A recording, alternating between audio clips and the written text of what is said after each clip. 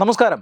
കോൺഗ്രസിന്റെ ഭരണകാലത്ത് പാസാക്കപ്പെട്ട അല്ലെങ്കിൽ കൊണ്ടുവന്ന ദേശീയ തൊഴിലുറപ്പ് പദ്ധതി, ഈ പദ്ധതിക്ക് പകരമായി ഈ പദ്ധതിയിന്മേലുള്ള അഴിമതിയൊക്കെ ഇല്ലാതാക്കി ഇതിൻ്റെ കാര്യക്ഷമത വർദ്ധിപ്പിച്ച് ഈ പദ്ധതിയെ രാഷ്ട്ര പുനർനിർമ്മാണത്തിന് ഉപയോഗിക്കുക, രാജ്യത്തിൻ്റെ ഈ റൂറൽ മേഖല, അതായത് ഗ്രാമീണ മേഖലയെ ശക്തിപ്പെടുത്തുന്നതിന് ഉപയോഗിക്കുക. കാരണം ലക്ഷക്കണക്കിന് കോടി രൂപയാണ് ഈ പദ്ധതിക്ക് വേണ്ടി ഓരോ വർഷവും കേന്ദ്ര സർക്കാർ ചെലവാക്കുന്നത്. പക്ഷേ അതിൻ്റെ ആനുകൂല്യങ്ങൾ, അതിൻ്റെ പ്രയോജനം രാജ്യത്തിന് ലഭിക്കുന്നുണ്ടോ എന്ന് ചോദിച്ചാൽ ഇല്ല. തീർച്ചയായും ഇവിടുത്തെ തൊഴിലാളികൾക്ക് കൃത്യമായ വേതനം നൽകുന്നുണ്ട്. പക്ഷേ ഈ തൊഴിലുറപ്പ് പദ്ധതി പ്രകാരം നിർമ്മിക്കുന്ന പ്രവർത്തനങ്ങൾ, നിർമ്മിക്കുന്ന നിർമ്മാണ പ്രവർത്തനങ്ങൾ ഇതെല്ലാം തന്നെ രാജ്യത്തിന് ഗുണകരമാകുന്നുണ്ടോ എന്ന് ചോദിച്ചാൽ പലതരത്തിലുള്ള പഠന റിപ്പോർട്ടുകളും തെളിയിക്കുന്നത് അതങ്ങനെയല്ല എന്നാണ്. വെറുതെ ഈ പണം ഒഴുക്കിക്കളയുകയാണ് ചെയ്യുന്നത്. അങ്ങനെ ഒരു ഒഴുക്കിക്കളയൽ ഈ ആധുനിക കാലത്ത് ഭാരതം പോലെയുള്ള ഒരു രാജ്യത്തിന് ചെയ്യാൻ കഴിയില്ല. അതുകൊണ്ടാണ് ഈ നിയമത്തിൽ കാതലായ മാറ്റം വരുത്തിക്കൊണ്ട് അഴിമതിക്കും അതുപോലെ തന്നെ കെടുകാര്യസ്ഥതയ്ക്കുമുള്ള സ്ഥാനം ഇല്ലാതാക്കിക്കൊണ്ടുള്ള പ്രവർത്തനങ്ങൾ ഇപ്പോൾ കേന്ദ്ര സർക്കാർ നടത്തുന്നത്. അതിനു വേണ്ടിയിട്ടാണ് ഈ മഹാത്മാഗാന്ധി ദേശീയ ഗ്രാമീണ തൊഴിലുറപ്പ് പദ്ധതി എന്ന നിയമത്തിൽ ചില ഭേദഗതികളൊക്കെ വരുത്തി വികസിത് ഭാരത് ജി എന്ന ഒരു ബില്ല് കൊണ്ടുവന്നത്. കഴിഞ്ഞ ദിവസം ലോക്സഭയിൽ ആ ബില്ല് കൊണ്ടുവന്നിരുന്നു. മണിക്കൂറുകളോളം ചർച്ച നടന്നു. 8 മണിക്കൂറുകളോളം ലോക്സഭയിൽ ചർച്ച നടന്നു. 99ഓളം നേതാക്കൾ, പ്രതിനിധികൾ, ലോക്സഭാ അംഗങ്ങൾ ഈ ചർച്ചയിൽ പങ്കെടുത്തുകൊണ്ട് അഭിപ്രായം പറഞ്ഞു. അതിനുശേഷം അപ്രതീക്ഷിതമായി ലോക്സഭ ഇത് പാസ്സാക്കുകയാണ് ചെയ്തത്.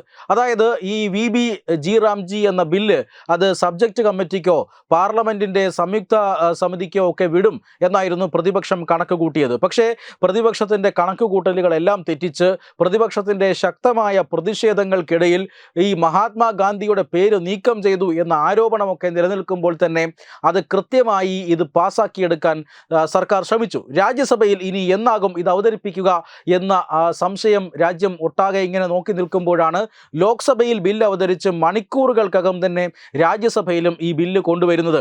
ഇന്നലെ അർദ്ധരാത്രിയോടുകൂടി ഈ ബില്ലിലെ ചർച്ച, 8 മണിക്കൂറോളം ചർച്ച അത് രാജ്യസഭയിലും നടക്കുന്നു.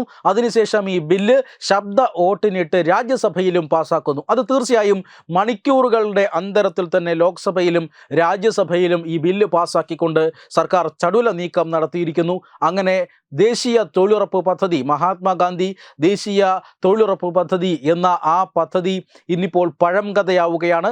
ആ പദ്ധതിക്ക് പിന്നിലുള്ള ചോർച്ച, അഴിമതി, അതോടൊപ്പം തന്നെ കെടുകാര്യസ്ഥത ഇതെല്ലാം ഇല്ലാതാക്കിക്കൊണ്ട് വികസിത ഭാരതം ലക്ഷ്യമാക്കി, ഗ്രാമങ്ങളുടെ പുനരുദ്ധാരണം ലക്ഷ്യമാക്കിക്കൊണ്ടുള്ള ഒരു പുതിയ നിയമനിർമ്മാണം അത് വിജയകരമായി തന്നെ കേന്ദ്ര സർക്കാർ ഇരുസഭകളിലും പാസ്സാക്കിയെടുത്തിരിക്കുന്നു.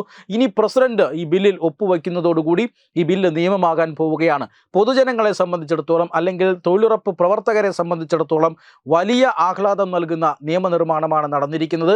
അതായത് തൊഴിൽ ദിനങ്ങൾ 100-ൽ നിന്നും 125-ലേക്ക് മാറുന്നു.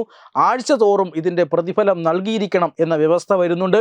വൈകിപ്പിക്കൽ അത് കേവലം ഒരാഴ്ച കൂടി മാത്രമേ, എന്ന് പറഞ്ഞാൽ 2 ആഴ്ച മാത്രമേ വൈകിപ്പിക്കാൻ സാധിക്കുകയുള്ളൂ.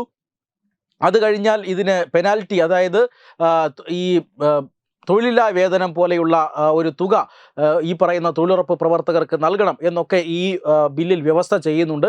സംസ്ഥാനങ്ങൾ ഇതിനെ എതിർക്കാനുള്ള, പ്രത്യേകിച്ചും BJP ഭരണത്തിലില്ലാത്ത പ്രതിപക്ഷ പാർട്ടികൾ ഭരിക്കുന്ന സംസ്ഥാനങ്ങൾ ഇതിനെ എതിർക്കുന്നത് ഇതിൻ്റെ ഒരു ഫണ്ടിങ് പ്രപ്പോർഷനാണ്. അതായത് 60-40 എന്ന രീതിയിലാണ് മുഴുവൻ കേന്ദ്ര സർക്കാരാണ് നൽകിയിരുന്നതെങ്കിൽ ഇതിപ്പോൾ സംസ്ഥാനത്തിൻ്റെ പങ്കാളിത്തം കൂടി ഇതിൽ വരികയാണ്. 60% തുക കേന്ദ്ര സർക്കാർ നൽകുമ്പോൾ 40% തുക സംസ്ഥാനങ്ങൾ കണ്ടെത്തണം എന്ന നിലപാടിലേക്ക് ദേശീയ ഗ്രാമീണ തൊഴിലുറപ്പ് പദ്ധതി അത് ജി എന്ന ഒരു നിയമത്തിലൂടെ മാറുകയാണ്. ഇനി ജി പദ്ധതി എന്ന പേരിൽ ഇത് അറിയപ്പെടും. ഗ്രാമീണ ഭാരതത്തിൻ്റെ ഉയർത്തെഴുന്നേൽപ്പിന് വളരെ പ്രധാനപ്പെട്ട ഒരു വഴിത്തിരിവാകും എന്നാണ് ഇത് സർക്കാർ അവകാശപ്പെടുന്നത്. മാത്രമല്ല സർക്കാർ അത് ചടുല നീക്കങ്ങളിലൂടെ ഇന്നലെ അർദ്ധരാത്രിക്ക് ശേഷമാണ് രാജ്യസഭ ഈ ബില്ല് പാസ്സാക്കുന്നത്. വെബ് ഡെസ്ക് തത്വമൈ ന്യൂസ്.